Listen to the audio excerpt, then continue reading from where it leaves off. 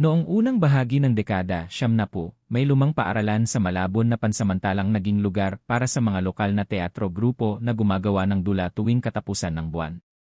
Ang pangalan ng grupo ay Koro ng Dilim hindi dahil sa masamang layunin, kundi dahil karaniwan silang nagtatanghal sa gabi para makatipid sa ilaw. Isang gabi, naghanda sila para sa kanilang bagong dula tungkol sa isang estudyanteng namatay noong panahon ng hapon. May 5 miyembro ang kasama, si Liza, Direktor, Ramon at Ana, Bida, si Boyet, Supporting Role, at si Nena, Props Master. Habang nagsiset up sila ng entablado, biglang napansin ni Nena na may isang batang babae na nakatayo sa sulok ng silid, nakaunipormeng puti at asul, katulad ng dati ng suotin ng mga estudyante doon.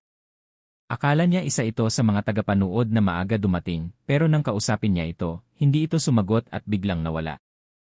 Nang magsimula na ang dula, habang nag-uusap sina Ramon at Ana sa entablado, biglang may narinig na ikot ng upuan sa likod ng mga manonood. Bumaling sila at nakita nilang ang batang babae kanina ay nakaupo na at tahimik na nanonood. Habang tumatakbo ang eksena kung saan dapat mamatay ang bida, biglang sumigaw si Boyet mula sa likod, "Hindi ako yon! Hindi ako yon!" Nang tingnan nila siya, nakita nilang may ibang tao na nakasuot ng kanyang costume at kumikilos parang siya. Pero ang mukha nito ay puti at walang ekspresyon. Si Liza ay gustong itigil ang dula pero hindi niya magawa dahil parang may lakas na pumipigil sa kanya. Pagkatapos ng eksena, biglang namatay ang lahat ng ilaw. Nang muling magbukas ang ilaw, wala na ang mga taong hindi kanilang kasama, pati na rin ang ilang props na ginamit sa dula tungkol sa yumaong estudyante. Pagkatapos ng gabi na yon, hindi na muling nagtanghal ang grupo sa paaralang iyon. Nalaman nila mula sa mga matatanda sa lugar na ang batang babae na kanilang nakita ay si Mylene, isang estudyanteng namatay noong hapon dahil sa pagkakakulong sa silid kung saan sila nagtatanghal, at dati raw siyang aktibo sa mga dula ng paaralan noon. 2 linggo matapos ang insidente, tumanggap si Liza ng sulat na walang lagda, nakasulat sa lumang papel na parang mula pa noong unang panahon. Binasa niya ito, hindi pa tapos ang dula. Kailangan nating tapusin ito tulad ng plano.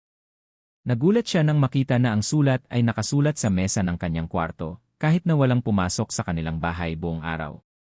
Sinabihan niya ang iba pang miyembro ng grupo tungkol sa sulat, at natuklasan nila na pareho rin silang tumanggap ng katulad na mensahe, lahat ay nagsasabing kailangang tapusin ang dula. Natakot sila pero naramdaman din nilang may bigat na kanilang kailangang bayaran. Isang gabi, pinilit nilang bumalik sa lumang paaralan. Dumating sila ng hating gabi, at agad nilang napansin na ang silid ay handa na para sa pagtatanghal, ang entablado ay nakaset up na, at ang mga costume na kanilang ginamit dati ay nakasampay na parang inaalagaan pa. Biglang lumitaw si Mylene, ngunit ngayon ay may ngiti sa kanyang mukha. "Hindi ako nangangamba," sabi niya sa mahinang boses. "Noong panahon ko, hindi namin natapos ang huling dula namin dahil sa digmaan. Gusto ko lang matapos ito para makapagpahinga na ako." Kaya naman, binigyan ng lakas ng loob ang grupo at tinuloy nila ang dula, kasama si Mylene bilang isa sa mga tauhan. Sa huli ng eksena, kung saan dapat iligtas ang kanyang karakter, biglang naging liwanag ang buong silid at mabilis na nawala si Mylene. Bago mawala, narinig nila siyang nagsabi, "Salamat. Ngayon, tapos na." Mula noon, hindi na sila muling nakatanggap ng mensahe. Minsan lang, may mga taong pumupunta sa lumang paaralan at nakakarinig ng mahinang tugtog ng gitara at tinig na umaawit, parang may dula pa ring nagaganap sa loob, ngunit hindi na ito nakakatakot. Ang ilan pang mga teatro grupo ngayon ay nagsasabing kung magtatanghal sila doon, laging may isang bakanting upuan na inaalagaan para kay Mylene.